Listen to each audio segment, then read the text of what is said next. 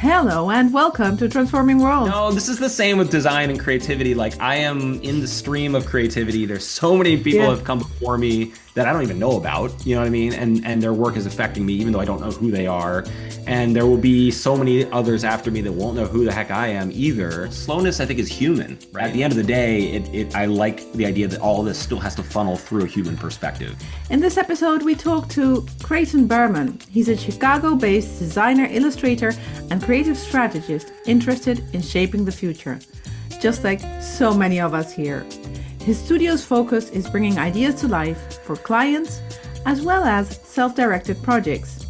His design consulting practice is focused on the power and potential of ideas. Guided by a background of industrial design and innovation consultant, Craighton works with clients to define new ideas and experiences, distill complex information, facilitate strategic conversations, and tell visual stories. With his incredible illustration style, which I certainly recommend you check out on Instagram, he has a great eye towards positive futures. He also runs Manual, a home goods brand that creates products for slow living. Craighton has design work in a permanent collection at the Art Institute of Chicago. He was the first designer to use Kickstarter to launch a product, and he's led courses on design entrepreneurship and design sketching. His drawings are featured in a YouTube video with close to 50 million views, which you can find on today's show note.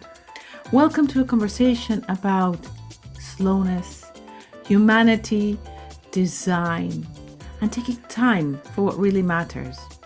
Tune in. Welcome, Craighton, to Transforming Worlds. How are you today? I'm great. It's sunny, can't complain. So, it's sunny day in Chicago is a big deal. So Certainly. Chicago, the land of extremes when it comes to weather. So enjoy it while it lasts. yes. Yeah. So tell us about you and what transformation are you going through these days? Oh man. Okay. Well, I feel like I'm perpetually transforming, especially recently. But just a bit about me. So my name's Craighton Berman. I have a background in industrial design, but I've kind of an amorphous. Sometimes I call myself a post-industrial designer in some ways.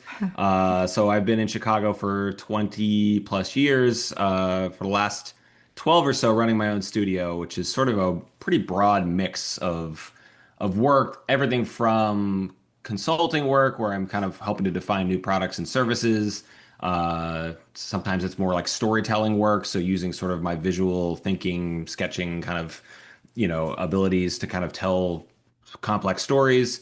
Sometimes it's personal work. It's not always for clients. Sometimes I have a long ongoing kind of, commentary series called No Commercial Value, where I kind of explore absurd ideas in design or play with kind of potential futures, or sometimes kind of explore political ideas or things like that. And then on the other side of my practice is I have a little housewares company called Manual. So really exploring this idea of slowness. Slow living essentially. So a lot of early products that I've developed. So it's a housewares line. So I actually design, develop, manufacture, and sell objects. Usually objects, sometimes ideas or plans or things like that. Yes, It I get saw that. Yeah. experimental. Yeah, but for the most part, kind of leaning back on that industrial design background, but doing it only products for me. So I always tell people I'm not ever working with clients in an industrial design capacity. Like I've kind of at this point in my career distilled that down that the only physical things I want to make are on my terms. So that's what Manual is, and so it's a brand, and it's almost I like to say it's sort of the opposite of client work because it's so much of the day-to-day maintenance and ongoing operations and sort of the really the labor of small business. So yeah, so that's sort of the broad scope. So yeah, I went to school for industrial design, and my last actual job was sort of working for an innovation firm for quite a while. So that kind of extremely broadened my view of what design can be, and I've always had that perspective that I've always wanted to do and touch all kinds of projects across the spectrum. So pretty happy actually in a lot of ways. I mean, obviously running a small business is always a challenge, but 12 years in, and I have this, pretty diverse practice that inspires me and, it's always gives me a new challenge and also, pays the bills. So it's exciting that it can do all of those things at once. It's admirable for sure. But Well, you just thanks. said actual job. So what is the difference between an actual job and what you do? Well, I just say that because I sometimes joke that I feel at this point in my career unemployable. So it's like if I can't work independently as a consultant or on my own independent work, I can't imagine a world where I actually work within a company again. But if that ever with opportunity, the right opportunity landed, who knows? But I joke with folks that the last real job I had was basically within a company. So no, of Yeah. course I have a real job. Of course I've been working and doing what you would call a real job. But I mean, the last time I worked within a studio, with a team on the daily. So, Yeah, but no, yeah, of course that was a provocation, but to the yeah, point that you said earlier, like everything is transforming all of the time, and that refers to your entrepreneurial capacity. I think that if you didn't have the capacity to tickle yourself for whatever kind of question that arises in the moment and address that with curiosity, you couldn't do the work that you do. I mean, it's transformative in its essence, because you're looking for those places and spaces that are, itching to be designed in a different way. At least that's what comes across in your work and also in your, let's call it, social commentary that is no commercial value. yeah. No, I think you nailed it. I'm always a big quality that I think is important, and I think a good designer is always like this to some extent, but they're just always curious and always willing to like explore and learn more about other spaces that they don't know anything about. And to me, that's the core of what I do that ties all that diverse work together is I'm just really excited to learn and understand and try to make sense of the world around us. Even when it sometimes doesn't make sense at all. But I Mm-hmm. feel like, it's like sort of a systems thinking perspective, but also just that's a very analytical approach to it. It's also just a curiosity. Like I am prone to every rabbit hole. If I hear something I want to learn more about, whether it's, some strange manufacturing method or whether it's a jazz fusion album or whether it's some strange law that, no one, I just want to, I think it's interesting to be critical of the world around us, but also be curious of it at the same time. And I think those two kind of balance each other in such a great way, and yeah, so it's like, I hear something and it's like I either want to dive deeper to learn more about it and just expand my understanding, or I want to like figure out why it's that way and what makes the connections and how we can maybe, adjust those levers if we if we wanted to. Right, and that's what transformation is all about, right? Adjusting the levers. So on Yeah. this podcast, we subscribe to the definition of design by Herbert Simon, who was the dean of the Carnegie Mellon School of Design, and who is also known as the father of artificial intelligence. We can get deeper into that rabbit hole if you're keen. Sure. I truly love his work. But on design, what he said is that everyone is a designer who transforms existing conditions into preferred ones. And I'm paraphrasing him, but this is the essence of what he intended to say, which Right. means that you need to look at the existing situation and wonder what else might it be, right? Might it be different? And then how? And if it's different, how do we make it into a preferable situation for, those who need it? You use yourself as your own muse for what you develop in manual, and your clients and their stakeholders as your muses for what you develop in your client work. But it's Mhm. always about kind of shifting the balance from what is to what could be, from what is to what might be. Now, for anyone who works in that arena, that doesn't just happen. Maybe for you it does, and then we'd love to hear from you. But most people don't wake up in the morning and say, "Hey, what am I going to change today?" Right? What am I going to transform today? You just come across it as you lead your life, and typically the urgency arises when you feel uncomfortable with something. So, what is Right. the discomfort for you that kind of triggers that wanting to know more, going the rabbit down the rabbit hole? Is it one thing? Is it several things? What triggers transformation and the endeavor of design for you? Sure. That's a great question. I think that's the quote about preferred conditions, and of course, what's whose preference, right? Yes, yeah. Yeah, but no, I think that's a great way to put it. I mean, I think it's both discomfort and wanting to kind of address that. But I think it's also, like I said, curiosity.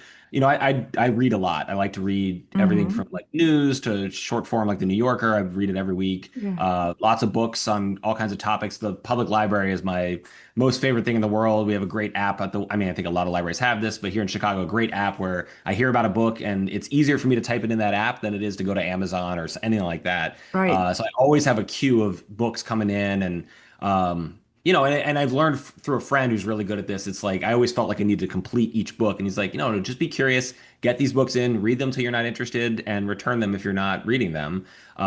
But I tend to want to finish what I start. But anyway, point being, I get really excited about these different topics, and Mm, I think I think having that just interest in general, like outside of design, even I tell students when I teach, like just of course you want to know about your field and you want to be an expert in design and read as much as you can, but also being curious outside of it is so important, at least in the right. spaces that we're in.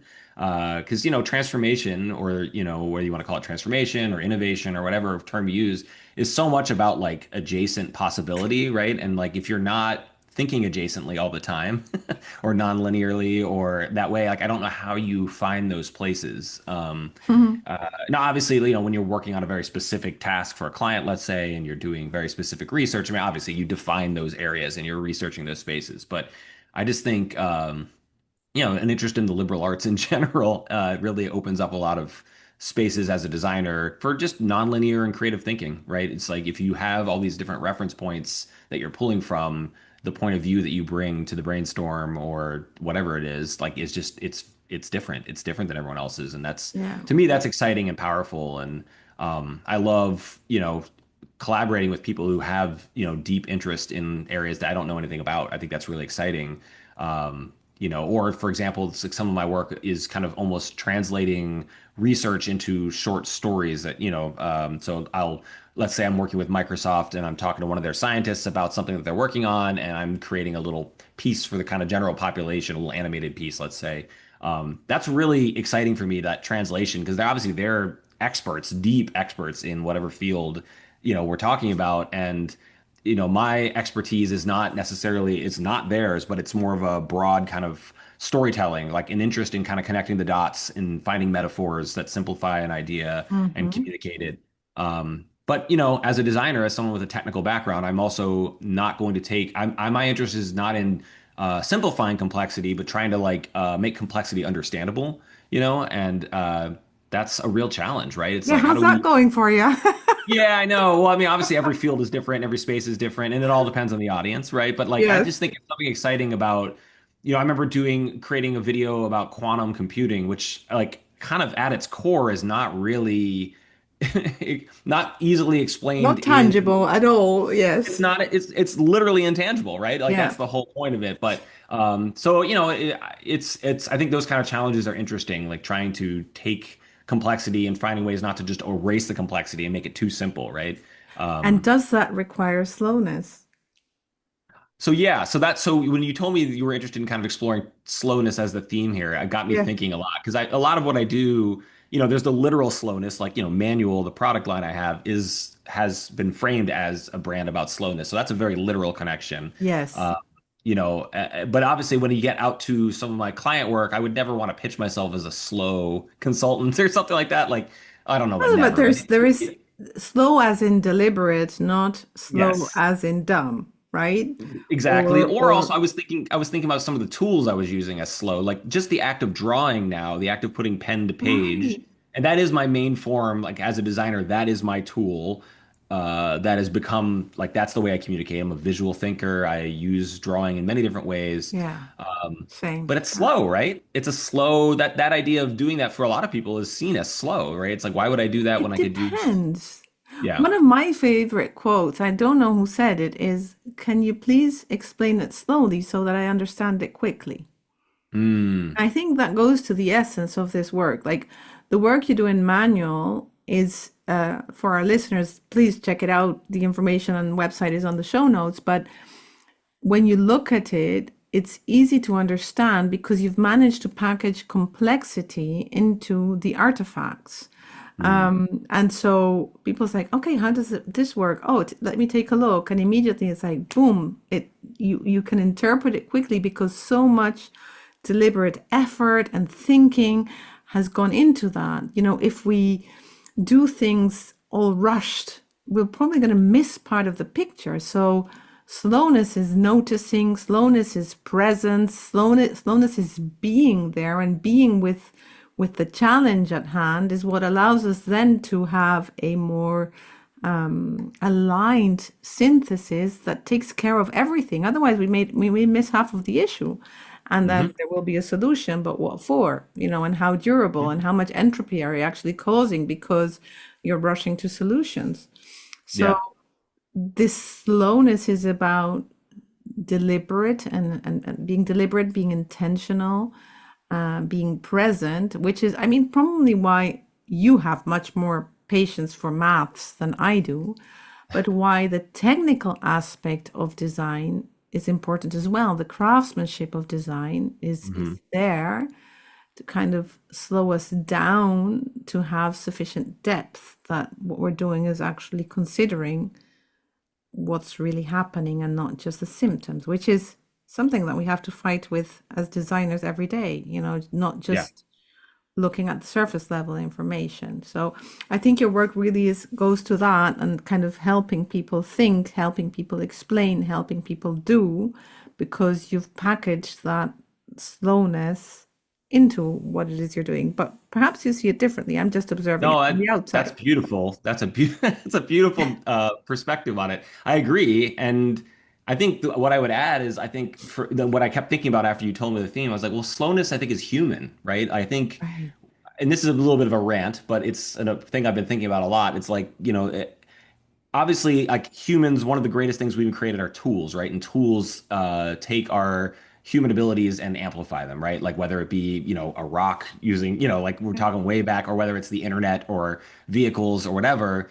Uh, Slowness, our natural human state is walking, right? Like that's the millions of years old way we travel, but it's considered slow, right? It's kind of the slowest way to move somewhere, or one of the slowest, right? Mhm. And obviously, like modern transportation is a very impressive thing that we would not be where we are today without infrastructure that we have, or global supply chains, or you name it, right? Yeah, right. And so, but I think there's something really interesting about leaning back a bit into our humanness in some ways, and like that, it's hard to argue against that. I mean, there are some people these days who would argue against that, maybe, but like I just think if you're designing for humans, which we are currently mostly doing, Mm. it's worth leaning into being a human, and being a human means slowness sometimes. And so things like, explaining ideas by doodling them by hand, or by getting face to face with someone in sort of a workshop setting. I mean, these are ancient things that our ancestors back millions of years have been doing, right? Like grouping together to solve a problem,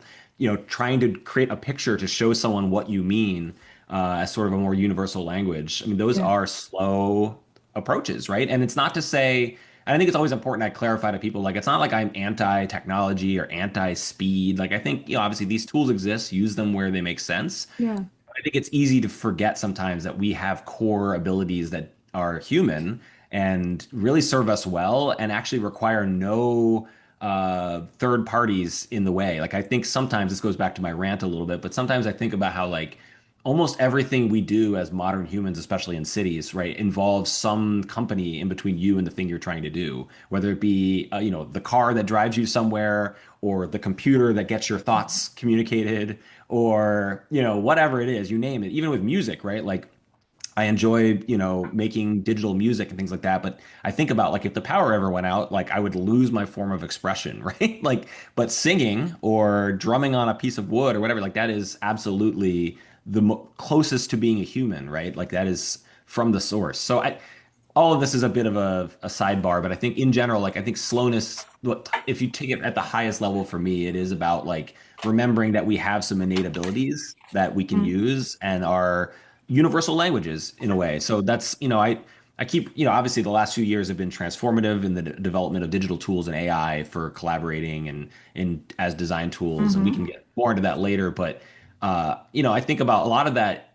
There is advantage, of course, and there, being able to analyze large models or whatever it is, like that is obviously beyond human ability. But at the end of the day, I like the idea that all of this still has to funnel through a human perspective. And I yeah, that's really love what you're inefficient. getting into, and I also want to talk about source that you mentioned. Okay, So I'm going to go to the first thing and then we'll get back to source. I'll make a sure, note sure. so that I don't forget. So what you're A saying is quite handwritten note. interesting, and it brings us back to the brilliance of the late Herbert Simon. So Herbert Simon, when he starts talking about the sciences of the artificial, as he called it in the 60s, I mean, the guy was like pioneer and ahead of his time. He says, we live in a constructed world, and we live in a world in which we have conventions and we have ways of expressing, and that is code. Like in how we talk in 2025, we understand that that's code. Things are codified, categorized, and therefore, once you understand the mechanisms, the computational speed is very, very high, which leads us to speed. Now, the human understanding, the ability to think abductively, meaning take a concept from a place and put it somewhere where it's foreign, so to kidnap, to abduct, abductive thinking allows us to make new connections where the computational power never could, because Right. it's not a matter of speed, it's a matter of lateral thinking, different way of Yeah. thinking, making new connections, which is all of the things that you discussed about. And so perhaps that is the thing of these times we live in, where AI suggests that it is faster than we are at doing certain tasks that we thought were important, and it's allowing us to recalibrate what is important and how fast does that need to be any good. Right. So what do you think about that? Yeah, I mean that's kind of the core dilemma of 2025 or where we're headed, Right. right? It's like it's obvious that the tools are getting faster and allowing, speed always means more, right? I mean that's kind of the at least that's usually how they're sold to us, right? Oh, if you do Mm-hmm. this, now you can do more of this. And I think it's unfair to categorically say, oh no, that's bad because it's not, right? Like there's certain wicked problems that the world is facing, whether it be climate or food insecurity or whatever. Like there's so many things that we will need. I think we're going to need these complex systems that can work faster than human scale to solve, right? Like I, Right. I would never advocate that human scale is correct when we ethically have the ability to solve things, let's say using these things. But we also know the flip is there as well. And there's a dark side that, I don't necessarily want to dive all the way into, but like, we know that AI is used in war, right? We know that it's now more efficient at killing people. That's horrible, right? Like, all arguments aside about what you're using it for or what ethics you're using as you put that into place. But it's just speed. I guess what I'm saying is speed for speed's sake is not necessarily good, right? It just is, right? And it's like I always say, like, and this is an old idea, but like a hammer has no real meaning, right? A hammer can be used to drive nails, can also be used to beat someone, right? So tools are not We ethically don't any. recommend people do that. No, of course not. But tools are ethically zero, right? It's Right, all depends right, on how they're used, right? And so I think that's obviously a massive part of, and it's obviously a discussion in the mainstream now, like AI ethics or any kind of ethics, right? But deciding whose ethics to follow and how to, especially in a system where it's self-learning, how do you right. code those in and maintain those? Because Mhm. humans' ethics shift over time. What's going to keep artificial intelligence system from shifting over time as well? But I think I might be going too far afield here on that. Like, yeah, I just think, it comes Yeah, so back to, so the point was really about saying, okay, maybe something that is very fast and has all of these issues that you've just described and many yeah, more is mirroring back at us that there is a value in that alleged slowness that we have, yeah, which is more about rhythm and cadence and being connected with life right, rather than, ticking off items on a to-do list very, very right. fast. Well, and Which that's brings, that's kind of this. Oh, sorry, go ahead. yeah, go ahead. No. Well, I was just saying this idea of human scale, right? Like it's something that we've obviously like you think back to the old human scale guides from I can't remember if that's Dreyfus, but the idea of like understanding the measure of man, human. Mm-hmm. But I love the term human scale also in a more abstract way. Like if you do things at a human scale, how they feel different than when you do them at a superhuman scale, right? Like, I mean, just the act of using the internet or flying a plane is superhuman, right? Like that is not something that prior to 100 years ago, humans couldn't travel at that speed. They couldn't communicate at that speed. Uh, and within a few generations, we've been able to do so much more. And obviously it's faster, right? But I don't think we've taken enough time to really think about what that really means for, all the kind of externalities that happen. Right. And so I guess that's one thing I do advocate for as well, especially in some of my sort of speculative, that no commercial value project is, and it's moved a lot over time, that project. But I just a lot of thinking about like, I don't think as designers we spend a lot of time thinking about all the externalities of what we do, right? Like we work in tech, and I myself have worked with tech companies, Yes, you have. and oftentimes you're very hyper focused on a product, right? And that's what capitalism is, right? Like there is a budget that is set aside for this project, and that's what we're focused on, and we're going to solve for this. And of course, our job as designers is to hopefully bring in some outside perspectives, but a project by definition has boundaries, Yeah. right? So Right. I just think that's an important part and is becoming more and more important as designers to almost be the ones that are sort of looking at the highest level, right, at a topic or a project and bringing in ethics and bringing in, systems thinking that looks beyond just the project, goals itself and saying, okay, like we can definitely bring in these technologies, but let's not forget about all the other things that happen because of that.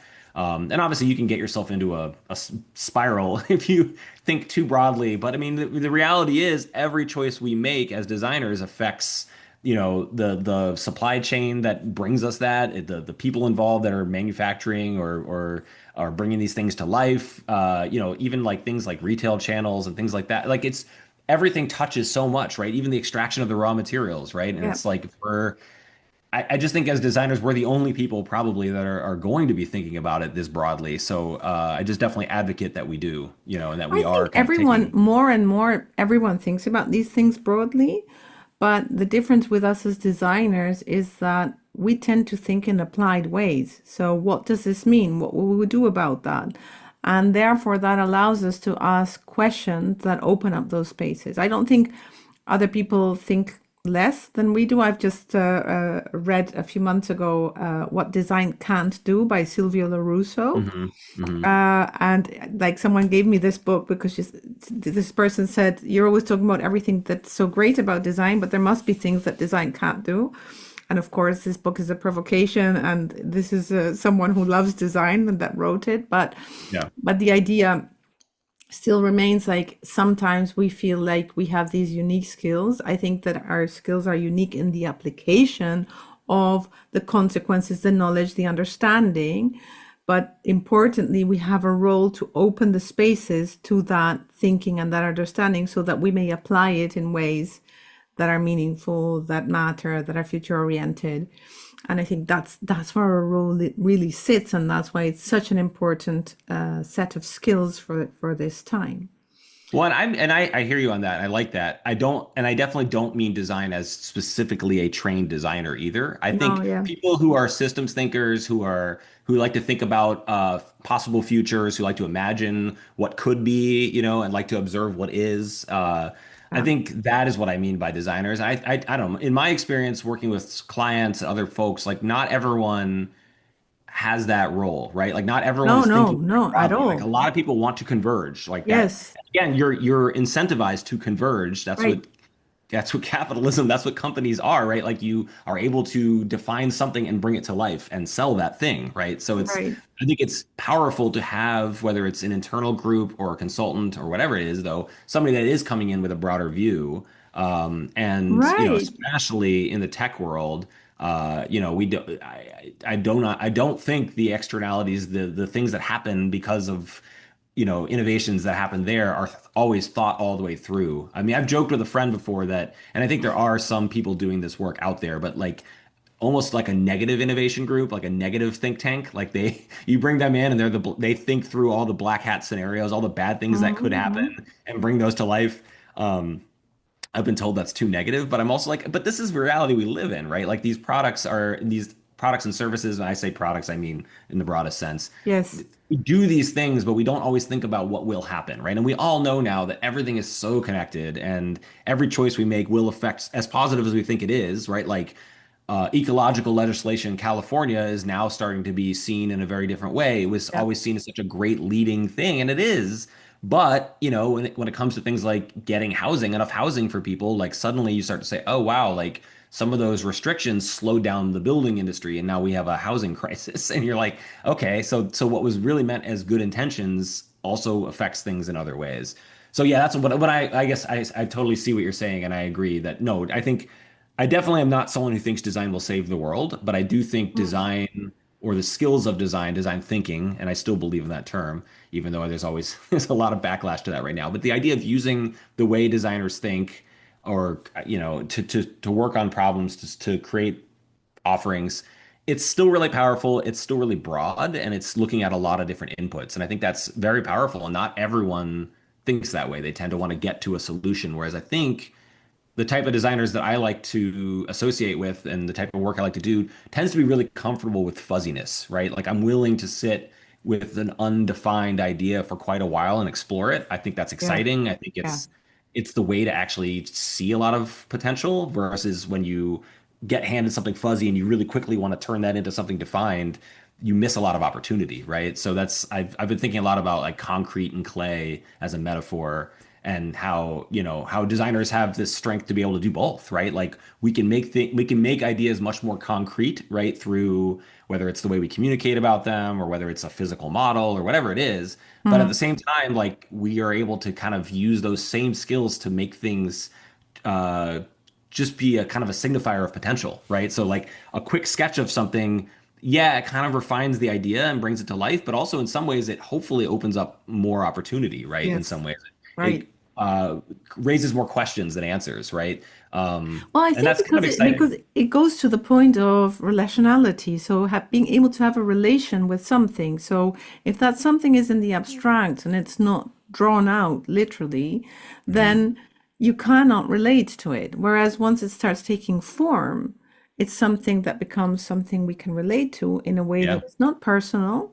It's just critically looking at what does this thing have to do with what we're trying to do. And that's why when I look at transformation as a word, I really like the aspect of form that is changing. So form that is going Mhm. across, transforming and Mhm. moving as we start signifying that potential, understanding its implications, understanding the entropy, re-signifying it, bringing things in a collaborative way, in a way that is more intermeshed and more interrelated. And I think that these are the skills you're talking to, and what really makes us as designers skilled to help guide teams and people through this time, because most people are comfortable with control, with precision, with knowing, and less comfortable with trying to understand, going down the rabbit hole, as is kind Yeah. of what we love to do most of the time.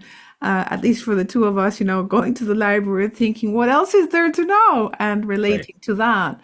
And it's in those spaces that we're going to have the breakthrough. We're going to have the going across the form. Yeah. And it's the only way to break the paradigm is to bring in new ideas, new thinking, etc. You Yeah. talked about source, and I said that I would go back to that. So you were talking about, as we create, how we connect to source. Now, you may or may not remember the context in which you said that, but what is the role of source for you? The role of source. Yes. So wait, to clarify, wait, can you kind of reframe that a little bit? Well, no, because I want to leave it open on purpose. All So for right. you to All right. interpret it. So, but you were saying like you want to, on the one hand, as you make things concrete, drill down to the essence of things, but Right. on the other hand, understand where things come from and how things come into being. And Right. this is the source of how you bring form into your work. Right. Yeah, You can source. So I can interpret it as interpret you that wish. a bunch of different ways. Yeah. So we'll Yeah. do a mini brainstorm right now. So I think of source like I think of like source direct, like going directly to the source. I think of source as a supplier, right? Like that is your source for things. So Yes. um maybe I interpret that maybe in some ways a couple maybe metaphors, but Yeah, like we were talking about the concept of who is our muse as right, we design. And when you talked about source, I immediately went to a conversation between Rick Rubin and Stephen Pressfield, which is pretty amazing, in which they talk about the creative endeavor as an endeavor of channeling, right? hmm So connecting to something much bigger than ourselves, which I certainly do. Like I yes, pretending that my work is only mine, it would be like ludicrous. Of course, my work is yes, connected to everything and everyone else. yes, And I try to be as original as I can, but original in the interpretation, I cannot claim to own anything because I don't. I just Right. look at things, I'm interested by them, I interpret them, and then I give them a new form. But that's all, I Right. don't have all the answers. And so when you talked about that, it brought me to that conversation and like, where do you get your inspiration from? When do you know which way to move forward with? And perhaps you can use examples of your work. Like you mentioned already, the work from Microsoft, you can use that to illustrate it further, or maybe something else. How do you bring source into your work, and where do you Yeah. source the ideas from? For sure. I have like 12 directions I want to go with this. So I'll see if I can hit a few of them. So, I Right. mean, the highest level one, I talk to students about this a lot. Like, one of the, at least in industrial design, but I think through most of design, historically, it has been seen as a service for industry, right? Like that's the Yes. term. Yes. Yes. Industrial design means service for industry, which kind of has always put us as consultants, right? Like we provide a service, right? And I think that's interesting. That's obviously where the root of our work comes from in the 20th century. But if you think further back, and again, this is a bit industrial design slanted, but I think it kind of applies Yes, it broadly. does. Yeah. Being a craftsperson or being someone who is an artisan, right? That is the roots of what design is, though. Anyone who made an object functional as a tool or as a thing to live with or whatever it is was designing their environment, right? Mm. And so I just think I think the first most important distinction I like to tell students is like, yes, design can be a service, but design didn't start as a service. It started as manipulating our environment, right? Like towards more positive futures or whatever you want to say, like creating what we wanted to have, right? Yes. And I think what's important there is that, so much of what at least industrial design students learn in school is an impartiality, being open to the world, observing users, looking for problems. Like you're just a consultant. You don't necessarily have an opinion on this. I don't think that's fully right. I think, if you think of these artisans, if you think of these people who originally were just affecting their environment, they used their point of view on the world to shape the things they made. And obviously, I know today, obviously, if you're creating a very complex, digital system, you should be user-centered. Of course, you should obviously understand that. But trying to completely be this objective participant as a designer, I think, is mostly a false pretense. I think Hmm. we need to bring our point of view into the work that we do. Yeah. And yeah, sometimes point of view shuts doors. I mean, if you have a strong point of view, there's certain types of work or projects that maybe are not suited for you because your point of view does not match them. And to make it personal, that's part of why my industrial design work is only for myself, because after working for years in industrial design and working on some projects that I just didn't believe in at their strategic core, Yeah. it made me realize that my point of view about the world of what objects need to exist is now defined enough that I cannot work for everybody, right? I have to create the work that I want to see. And that was sort of the roots of manual. So I had worked a lot over the years in different food categories, especially for larger food companies, corporations. Yeah. And it seemed like, the innovation work that we ended up doing a lot of times was about convenience. And that was the main lever. Is like, how do we make it more convenient to eat something?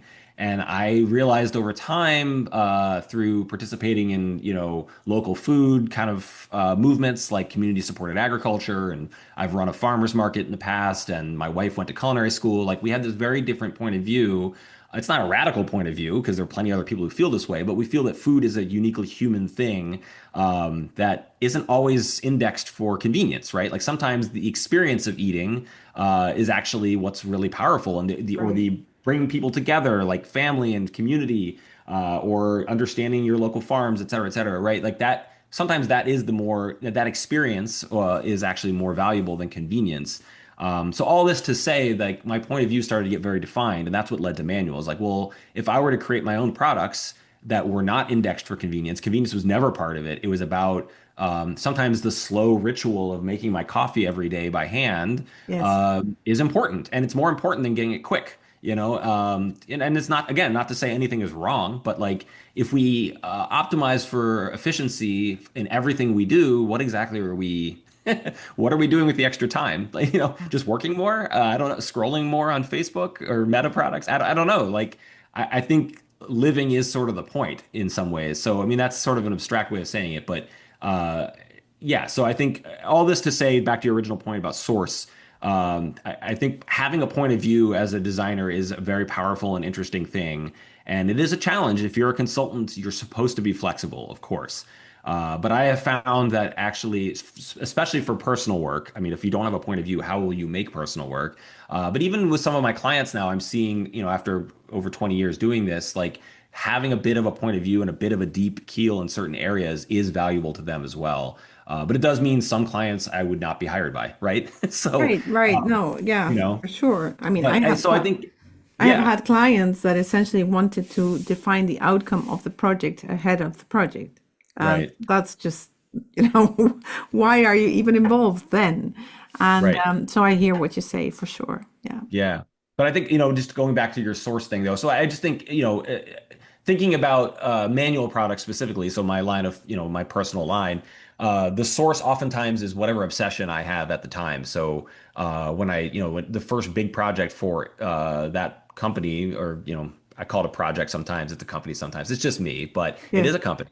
I got really deep into coffee, just the culture of coffee, and this was, over 10 years ago. So there was a real movement in the US around like, really understanding where the beans come from and how you roast them Mm-hmm. and how you Yeah. prepare them and manual methods and all this stuff. And I got really excited about that and just really went deep into it. And at the time, Tumblr was a big thing, and so I was traveling a lot for work, and I would try new coffee places everywhere I went, and I would just document my experience, and had this Tumblr blog going that was really just a personal research blog, Yeah. uh, but it started to get a following, and so that was interesting to me. It was like, oh, there's people actually looking at this as content, and it all kind of came to a T when I went to this really interesting unconference where you're supposed to run a session on something you're not an expert in. So I was like, all right, I'll run a Yeah. session on coffee. And so I, came and gave a talk and brought a bunch of fun tools and had people try them out, and seeing people's excitement about a topic that I wasn't an expert in really started to bolster this world. Like I should make a product in this space. Like I have a point of view now through doing that blogging. I can see I have a way of communicating that to others that aren't necessarily already excited about this space. What if I created something for it? And so that was, I mean, this was a while ago, but that was an early like spark moment of like, it's okay to follow your interests, right? Like you don't Yes. have to. For so many years as an industrial designer, I was like, oh no, I need to observe users and be an outsider and just like see what they need and create for that. And it's like, no. You could be an insider. You could be a part of that culture. You can be creating from the inside. It may not be the way you would advise a large corporation to develop something, right? Like, they tend to want to optimize and reduce risk. But if you are able to kind of define a niche and see an opportunity in a subculture as a designer, why wouldn't you want to serve that? Like it's very Oh, right. rewarding, Because it's in very both cases, exciting. it's about the same bottom line, and that's relevance. Well, that's true Relevance, too. usability, right? Right, right, So in the one hand, it's like taking the broader spectrum and trying to, make that make sense. And in the other, in the work that you do in manual, it's like, what do I need? There must be others like me who need this right. too, who are interested in this too, who want to these things as well. And therefore, it's a different type of design project and design optimization, but it's always about relevance and usability and Of course. utility and right, which is what we Yeah, like. Wake me up any time of the night if I can add relevance, usability, and utility to things. That's like what I right. live for. And for you, it's Totally. probably the same, right? It has to make sense. Well, That's oh, sorry. yeah, no, I was right, saying, I go. love the idea that like I felt like up until the last 15 years or so, the tools weren't necessarily all in place to make that work always, right? Oh, Like a yeah. subculture existed, like musical subcultures are ones I go back to a lot because I'm obsessive about music, but like, like different scenes lived underground and that's just kind of what they were. And like, unless you knew, you didn't know kind of things, right? Like, Yeah. unless you lived in a major city, you didn't have a free jazz scene or whatever it was, right? But obviously, with the advent of the internet, that obviously flattened a lot of that out. Like, if you have an interest that you're into, likely you can find others that are into it globally, right? I mean, if not in your Yes. city, Yes. globally you will. And then other things falling into place, the ability to access rapid manufacturing tools or small batch, kind of localized small batch manufacturing, or even, obviously things are a little different now, but even, accessing the global supply chain, like the ability to do that suddenly have gotten much lower, much easier to get in there. And so, and then this was at the advent of Kickstarter. So I was a very early user Oh, of yeah. Kickstarter, the crowdfunding platform. I was actually the first design project on there, product design. I feel like those, for me, those three pieces coming together really allowed you, like, why wouldn't you want to design for a subculture that you were into, right? Mhm. So for me at the time, it was very much about coffee. I've broadened the brand beyond that, explored a lot of other spaces, although I'm still pretty obsessed with the things we drink. So I've created a lot of drinking designs, but And that to me is rituals. really exciting that I'm able to, be a participant in the culture that I want to create for, and Yeah. then create for that culture. And, again, going back to point of view, like my point of view on the world is maybe a little slower, you know, obviously with the work we do, with the tools we're doing, like there's a speed that almost is unstoppable, but there's no reason why I can't take a slowness break when I go make a Mhm. cup of coffee. Yeah. So anyway, all that I'm kind of sewing a lot of that together, but it's to me that's a big part of that source for me is like getting excited about something, discovering where this subculture or where this goes, and then saying, how can I serve this because I love this and I want to create for this, Hmm. Hmm.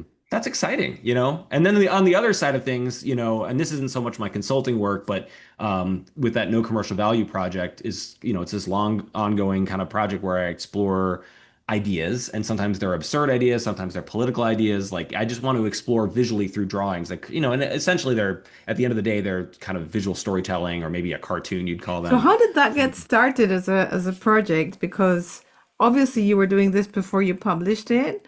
How Yeah. was your environment reacting to these first ideas, and what prompted you to say, okay, now I'm going to go more public about this? I mean, it's a bunch of different things, and this is the interesting when you talk about source. Like, I felt like as a creative person, I had a lot of points of view on a lot of different things that I wanted to put out there. Yeah. Actually, this goes back to something you touched on previously that I think I love talking about recently. But like, up until honestly, like COVID, I had a very creator centric point of view about design. I'm going to come back to no commercial value, so don't worry. But Okay, like, don't worry. I'll help you I, remember. I always felt like I was in a rush against time to get as many of my ideas out in the world to leave a mark, right? Like that was Yeah. sort of not to be overly simplistic, and I know that sounds kind of blunt, but that's kind of what it was. And I was like, I really want to, I have so many things I inside of me I want hear to get you. out. Yeah. I want to get them out there. Life is short. At some point, I won't be here. I hope someone remembers me. And it wasn't until COVID, and obviously COVID changed things for a lot of people, but like specifically, I remember sitting on a couch with my wife watching a David Attenborough nature Mm. documentary about schools of fish and these massive schools of fish swimming around. And at the end of the day, half of them are eaten or dead. You know what I mean? But they continue, right? And the school of fish continues on and multiplies. And, ideally the numbers never really drop, right? Like they continue on forever, they've been doing this for thousands or millions of years. They're going to hopefully continue to do that for thousands or Yeah. millions of years. And when you really, and that was sort of obviously it was like deep COVID, I may have had some substances in me. I don't know, but it broke my mind open to be like, oh, no, this is the same with design and creativity. Like I am in the stream of creativity. There's so many people Yeah. have come before me that I don't even know about, you know what I mean? And their work is affecting me, even though I don't know who they are. And there will be so many others after me that won't know who the heck I am either. But my work hopefully will affect them. And that's like in some ways it's very humbling, but in other ways it's very freeing because it's like, oh yeah, so really my goal should be to get as many of my ideas out there for anyone to be affected by or take inspiration from or steal, frankly, and use. Like it doesn't really matter Yeah. because if you really look at it from a pure, taking the business side of it out of it, from a pure creativity standpoint, it's just a flow in a lot of ways. And that sounds a little woo-woo, but it's true, and you It's can see so it in true.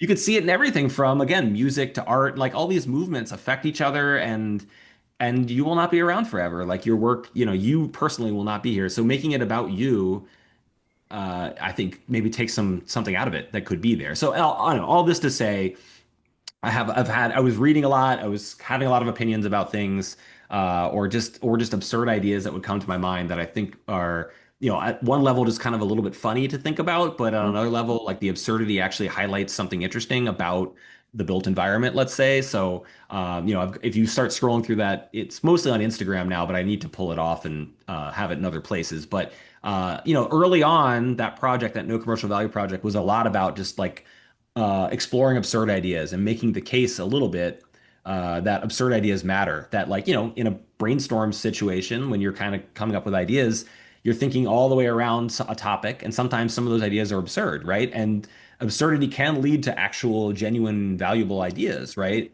And I felt like, I mean, there are a lot of different things here, but I felt like absurdity oftentimes is something that we hold back, especially when you're working with a client. Like, I'm a little bit nervous unless I know this client to like just throw the most absurd idea out there. Hmm. So it's kind of like, you know what? I'm going to start. I've got this list of on my phone of absurd ideas. I'm going to start drawing them up one a day, come into the studio, grab an index card. I always keep a little thing of index cards and post-it Yeah. notes that are already there. And I would literally draw one idea a day, put it down on the table, photograph it, and that's how it started. And it was also a little bit of like a practice of like, if I only Great. brainstorm when someone pays me to Yeah. brainstorm, how can I claim I'm an expert at this, right? Like, Yeah. a runner runs every day, whether they're running a marathon or not, right? So Hmm. I felt like as a designer who takes a lot of pride in my ability to think broadly, like, why am I not brainstorming every day? So that was sort of the roots of that project.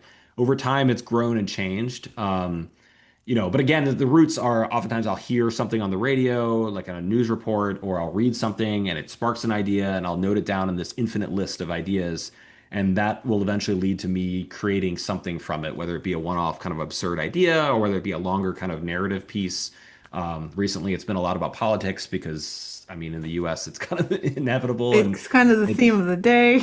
it Yeah. affects everything. And so, but yeah, it's been a great project uh in that way of like, yeah, I love coming back to that, and I feel excited that these ideas and these things I'm putting out there, they're not going to be physical. They're not. The reason why it's called no commercial value is I really don't want anything there to be something I'm going to try and commercialize. You know what I mean? Like, Well, I don't maybe it want. leads there, but yeah, sure. Yeah, I just want it to be an open-ended provocation or question or story or something you can interpret a lot of different ways. I Mm. really wanted that project to be that. And I have a bad tendency to try to turn projects into, businesses or whatever. Yeah. So that was my chance to, like, if I call it this, it will stay there in sort of this fuzzy idea land. And so Yeah. that's sort of I the idea love there. that. I love that. I think that you like, I always say change is what happens and transformation is what we do about it. And they're two Mm, very different things. And I'm so obsessed by this that actually, because for people this is very difficult to understand, it led me mhm. to write my first work of fiction, just to like create two characters. One is change, the other is transformation. See, they're different, and here's why, right? Mm, I actually published that also as a free ebook because I didn't want it to have commercial value because the minute that you try to make it for something or turn it into something, then it right, loses the impetus of being what it's meant to be, right? right. But on that note, what you said really transformed me. Like this idea of what you saw in the School of Fish of David Attenborough, that, you know, ideas are streaming continuously. Keep them going, keep them going. If we become the blocking element in that, then we're losing all of this creative energy that is actually feeding us as well. I Right. think that's incredible. If the world would fast forward, say 10 or 20, maybe even 50 years, and everyone would be doing that. So it would be like the new Berman way of thinking and doing and being in the world. What might that world look like if everyone kept trying to give expression and form to those ideas that are streaming through us all the time? Wow. I wouldn't want it to be called the Berman method. Definitely not. That would be antithesis to the whole idea. No, I think a lot of people, I mean, I obviously don't hold the secrets to like what, No. what's going wrong in the world today, but I think a lot of people uh are consumers of options that are presented to them, but they don't Mm. often see themselves as having agency in creating the things. And I don't even necessarily mean objects, but the things they want to see in their world are not always they don't see them as within their control, or they don't always know that they can be within their Yeah. control. And I mean that across like, and obviously I've traveled some, but I haven't seen the whole world. So I don't want to speak like I know the whole world, but I just feel like people who are able to do things for themselves, if they have a need in their home, their first thought isn't, I need to go find the store to buy the thing that's going to solve this need. Like, what if I can just think creatively about this and find new ways of operating my own life. Like it doesn't Yeah. necessarily mean you have to make something, but like what if I just read something recently talking about I mean, basically, it was like ways of being a little more mindful, but it was like little things in your life to what this. It was in the New York Times. It said pet peeves obviously are like little things that maybe your spouse or somebody annoys you, the things they do that annoy you. They said look for anti-pet peeves, like, or, so it's the opposite of that, like little joys in your life that you really enjoy and like try to celebrate those. And I think, that's as designers, we do that kind of stuff all the time, or at least I do. I obsess on like little details that just make me happy, the way the light comes through or the way a pen clicks or, Right. whatever. Um, but the other thought was to also try twisting your sensations as you do everyday things. So one of them was operating at half speed. So like, this the writer was saying, as I do my face care routine, once in a while, I'll just do it at half speed, and how that changes the experience. And why am I talking about this? I don't Oh, know, but we oh, were that's the talking point. So about, I think yeah, like the right. idea that like if you're in control, if you have some agency over your own world and what you do, like a design intervention can be just doing something at half speed, right? Like just making the choice that I want to affect the way I live and do something a little differently and be curious what that's going to be like.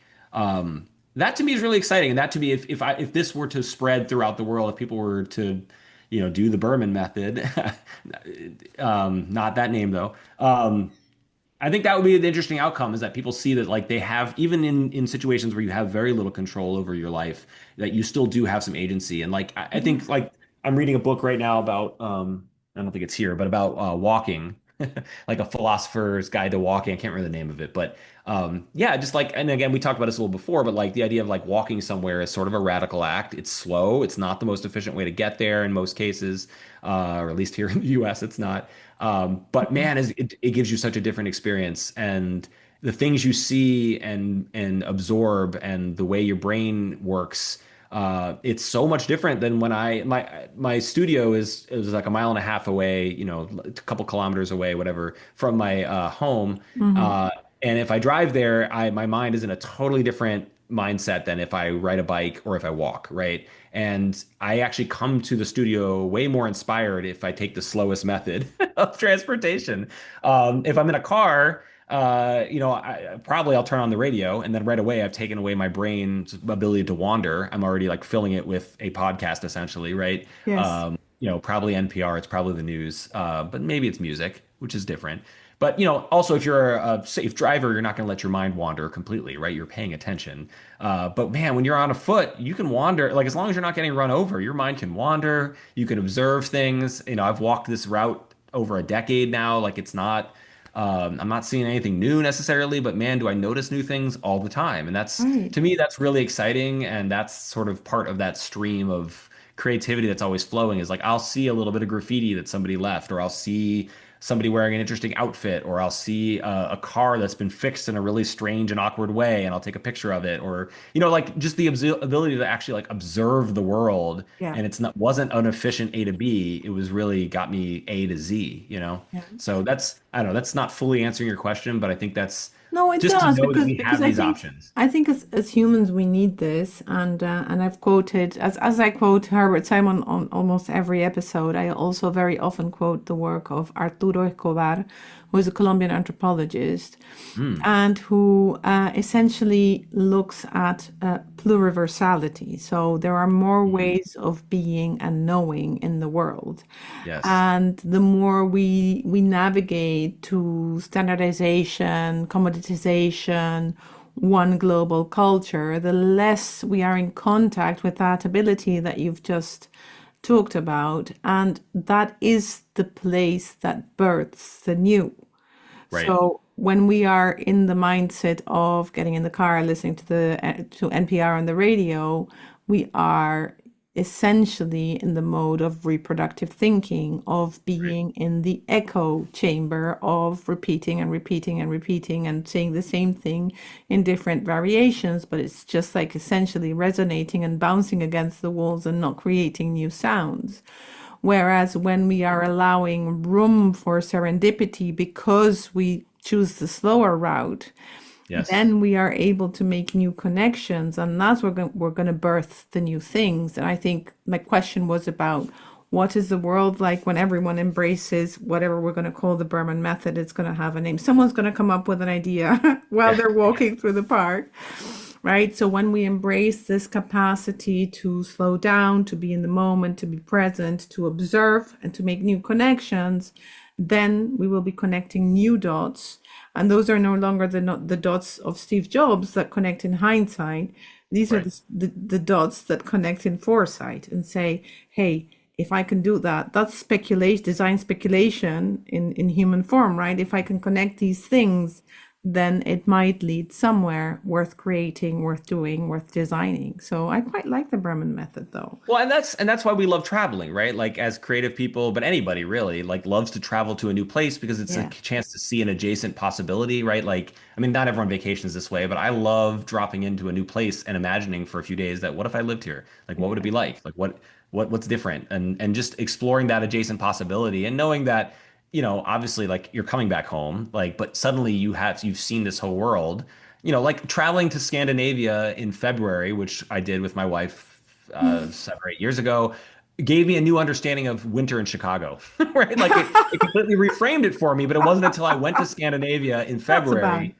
I was walking in Helsinki in February. It was colder than Chicago, actually. But people seemed happy and they did things differently. They lived their lives slightly differently because it's in their blood to live in this climate, right? In the US, it's not, I mean, it's not, it's literally not in our blood. Like it's a young country. Chicago was a native land prior to a couple hundred years ago. But point being, like, I suddenly came back with, like, complaining about winter is not the point, right? It's like we live in a cold climate. Let's celebrate the cold climate and what that provides and stop looking for what it doesn't provide.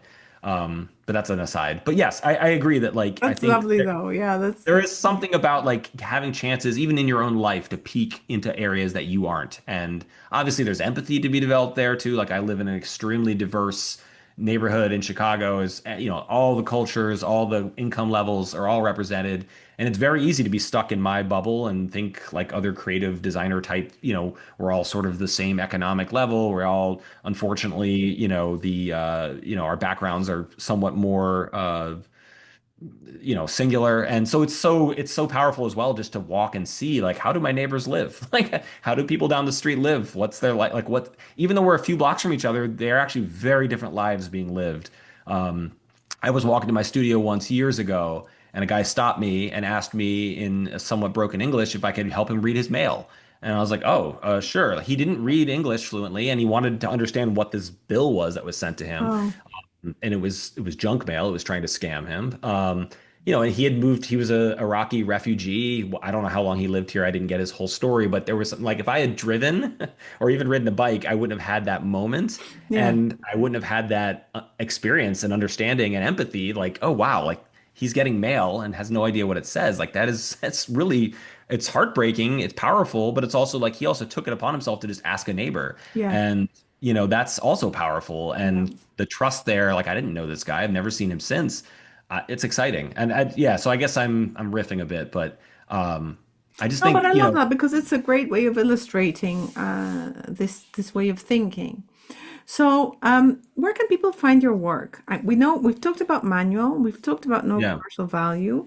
We're going to yeah. add I that to the mean, show notes. the internet is obviously the best place to find my work. You can go to CraightonBerman.com, which is my, kind of traditional design portfolio site. That one shows sort of the broad, it has my client work in there, or at least the stuff I can share. Obviously, a lot of the quote unquote innovation work isn't so Yeah, visible.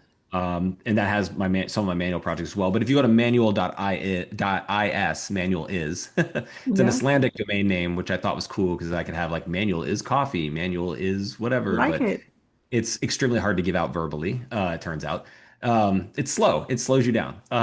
So those are the two best places, and you can get to no commercial value through Instagram. But those are the main places. I mean, being that I make physical objects, sometimes they show up in stores or other places. So that's kind of exciting to have those things kind of, actually go beyond, Featured, yeah, and yeah, just be in the real world and be featured in different places. So that's the other place to find my things. But I was an early adopter of the internet in design practice, or at least industrial design practice. My father is kind of been involved in computers since the early 70s. So we had internet very early. So I do get, even though the internet is sort of a hellscape in some ways now and is kind of creating the worst of humanity, it still has positive, Sure. exciting potential Yeah. to me. Like as if you're into ideas intersecting and again, like finding rabbit holes, finding interesting people, stumbling across ideas you've never considered, it's still the most beautiful thing in that way.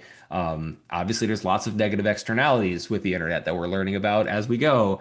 But I do get very excited still that I can meet someone across the world and share ideas, and that's And that's that's what still we're I feel doing very right here. I feel very lucky that as much as I rant about slowness, like the fact that we have built a complex culture that has created this is still Yeah. really, really exciting and special. And Yeah. it's obvious, but it's also really special. It's sometimes important to stop for a second and think about that like I've met some incredible minds that I would have never stumbled across if I lived in the same place 50, 100 years ago. It just wouldn't have happened. Yeah.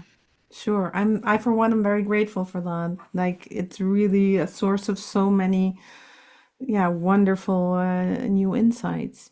Yeah. And Um, I think sorry, if I could just add one more one more Go thing that ahead. I think about a lot with this, but it's like, this idea of human scale and how tools make us superhuman. Yes.